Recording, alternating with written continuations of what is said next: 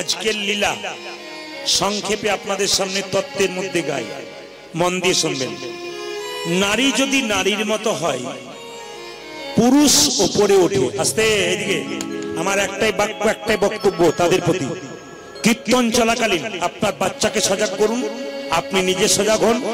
আমি 3 ঘন্টা থাকার সময় যে কথাগুলো বলে যাব, ওগুলো যদি 10টার মধ্যে 5টা আপনি নিতে পারেন, জীবনে ব্যবহার করতে পারেন, আপনার জীবন সুন্দর হবে। মন দিয়ে শ্রবণ করুন। লীলাটির নাম কি? বিল্লমঙ্গল ঠাকুর চিন্তামণিকে ভালোবেসেছিল, পতিতা মেয়েকে গোবিন্দ পেয়েছিল। আপনারা সবাই শুনে নিন। নারী যদি নারীর মতো হয়, পুরুষ উপরে ওঠে। নারী যদি আনারী হয়, পুরুষ নিচে নেমে যায়। নারী ছিল চিন্তামণি, নারী ছিল চিন্তামণি, বিল্লমঙ্গলকে কৃষ্ণচরণ পাইয়ে দিয়েছিল, কৃষ্ণচরণ পাইয়ে দিয়েছিল। নারী ছিল পদ্মাবতী, জয়দেব গোবিন্দের কৃপা পেয়েছিল, জয়দেব গোবিন্দের কৃপা পেয়েছিল।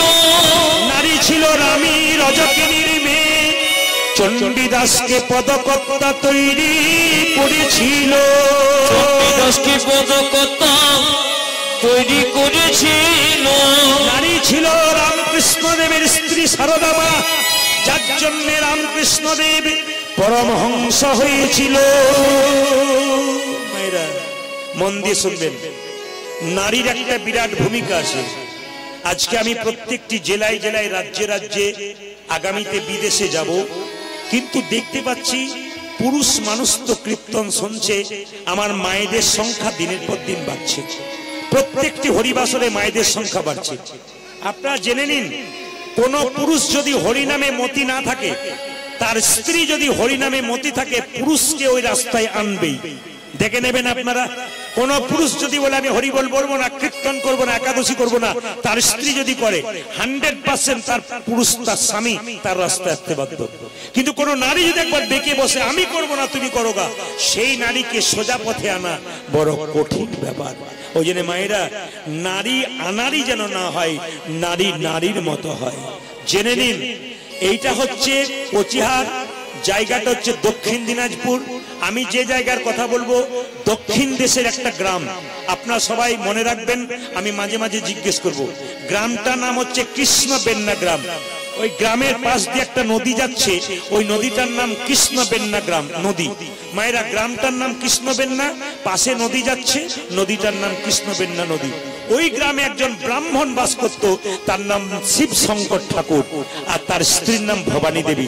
মায়েরা, গাড়ি বাড়ি, টাকা পয়সা, ধন দৌলত সব থাকবে, একটা জিনিস যদি না থাকে, মেয়েদের মনে কোনোদিন শান্তি থাকে না। আপনারা বুঝতে পেরেছেন নিশ্চয়। বলুন তো কি? যদি কোনো মায়ের কোলে সন্তান না থাকে, যেমন দেখবেন যে মাঠে চাষ হয় না, সেই জমিতে যেমন কেউ তাকায় না, যার গর্ভে সন্তান হয় না, মানুষ তার দিকে ভালো করে তাকায় না। ভবানী দেবী কত দেব মন্দিরে গেছে, একটা সন্তানের জন্য পায় নাই। একদিন চিৎকার করে বলে উঠলো তার স্বামীকে, স্বামী এত মন্দিরে গেলাম কিন্তু ভগবানের কৃপা পেলাম না। পাড়ার একটা মেয়ে বললো, এক কাজ কর ভবানী, বলে কি, সোমবার দিন যে দেবতার পুজো হয় সেই দেবতাকে পুজো কর। মায়েরা বলবেন, দাদা ভাইরা বলবেন, সোমবার দিন কোন দেবতার পুজো হয়? কালী ঠাকুরের। হ্যাঁ, আমি কি কিছু ভুল বলে ফেললাম না? কালী ঠাকুরের। কি ঠাকুরের? ও মহাদেবের। আচ্ছা, আমার মাথাতে ছিল না, মাঝে মাঝে ভুল হয়ে যায়, ঠিক করে নেব।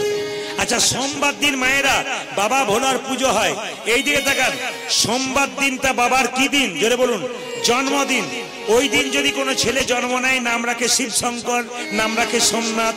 কিন্তু লক্ষ্য করুন, সেই দিন ভবানী দেবী গলায় কাপড়টা নিয়ে, এইদিকে তাকাবেন, ভগবান শিবের আরেক নাম আশুতোষ। কেন? অল্পতেই সন্তোষ। আপনি গঙ্গা জল দেবেন তাও খুশি, বেল পাতা দেবেন তাও খুশি, ফুল দেবেন তাও খুশি, হ্যান্ড পাম্পের জল দেবেন তাও বাবা খুশি, অল্পতে সন্তোষ। ওনার নাম আশুতোষ। ভবানী দেবী সোমবার দিন জলগ্রহণ করে নাই, বাবার মাথায় জল দেবে বলে শিবলিঙ্গের কাছে গিয়ে প্রণাম করছে আর গাইছে। সবাই মিলে পড়া জোরে বসুন আপনারা। আজকে শিব শঙ্করের কাছে আপনারা প্রার্থনা করুন, আপনাদের যেন এরকম সন্তান হয়। কি গাইছে দেখুন, সবাই মিলে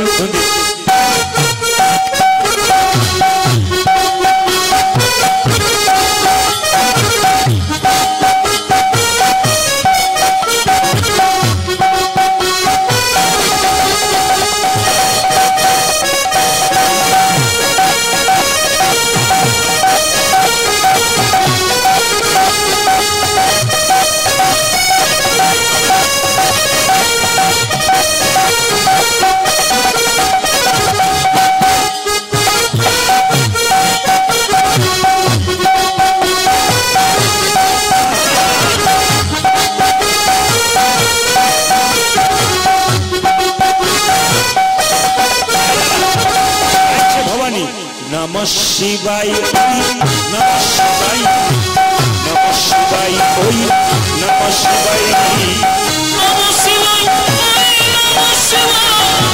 नमः शिवाय नमः शिवाय ओम नमः शिवाय नमः शिवाय ओम नमः शिवाय नमः शिवाय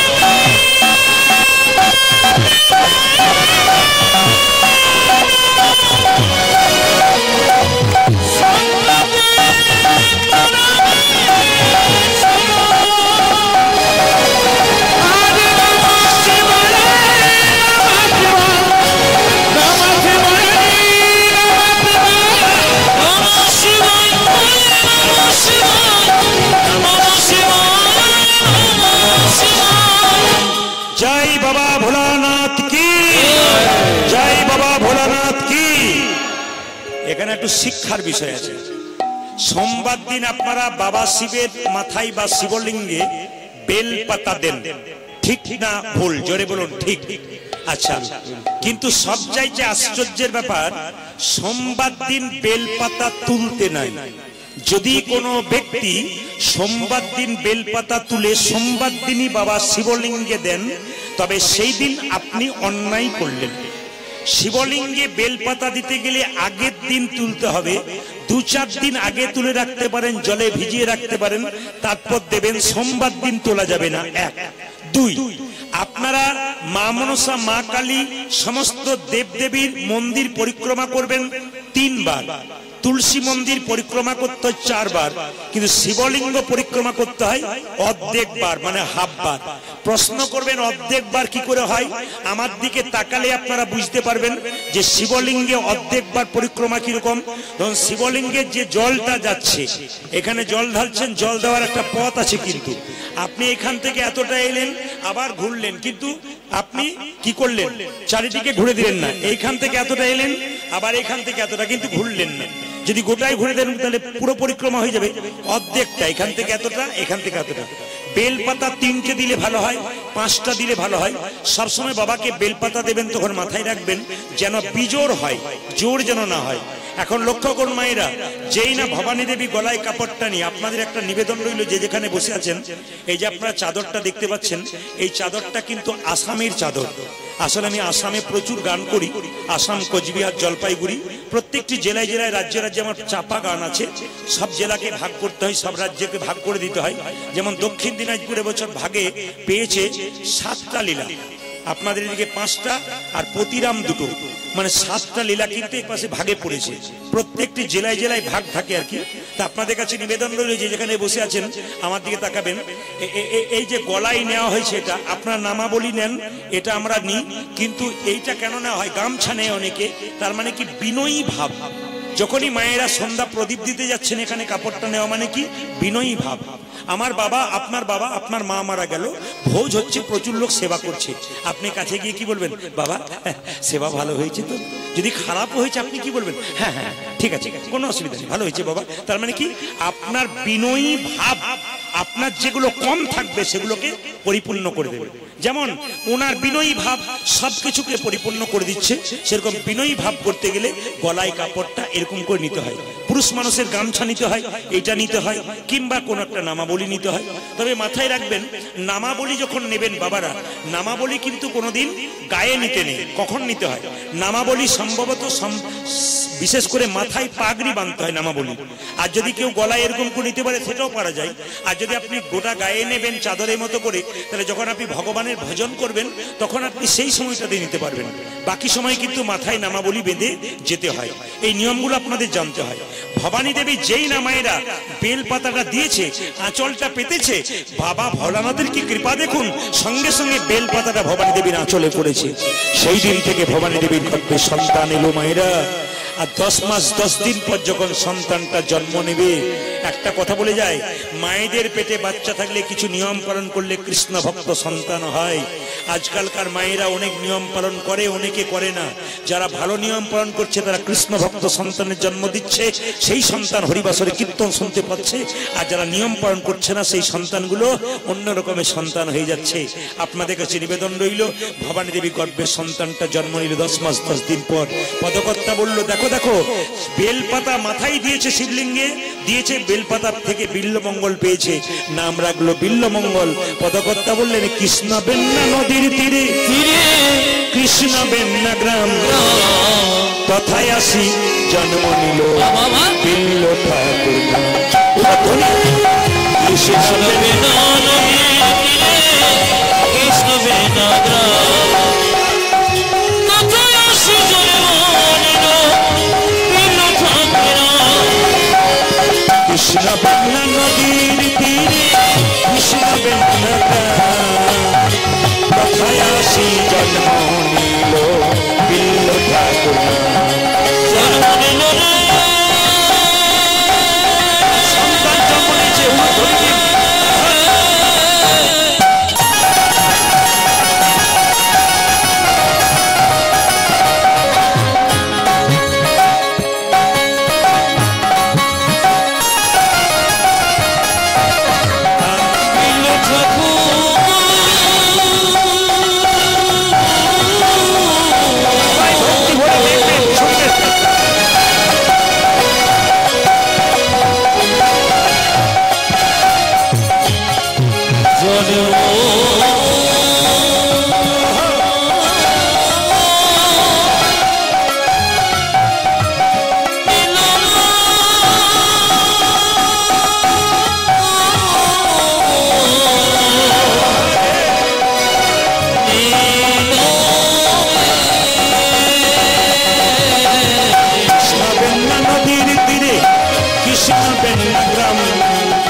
তথায় আসি জন্ম নিল বিল্ল ঠাকুর। কৃষ্ণ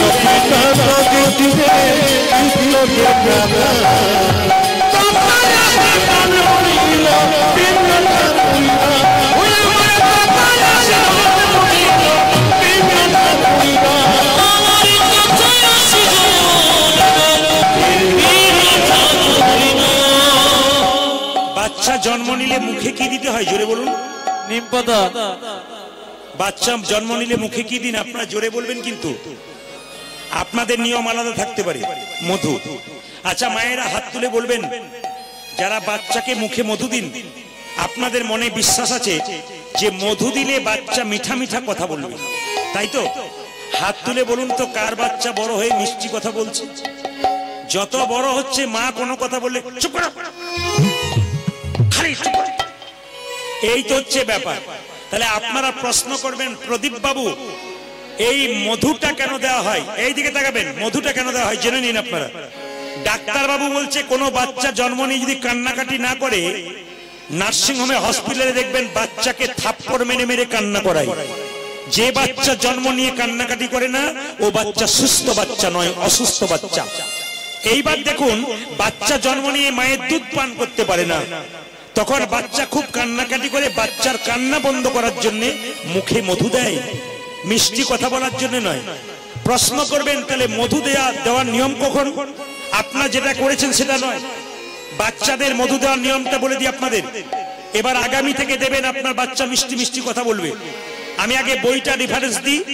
বইটার নাম হচ্ছে হিন্দু ধর্ম কি এবং কেন। বইটার লেখক হচ্ছে লোকনাথ কবিরাজ।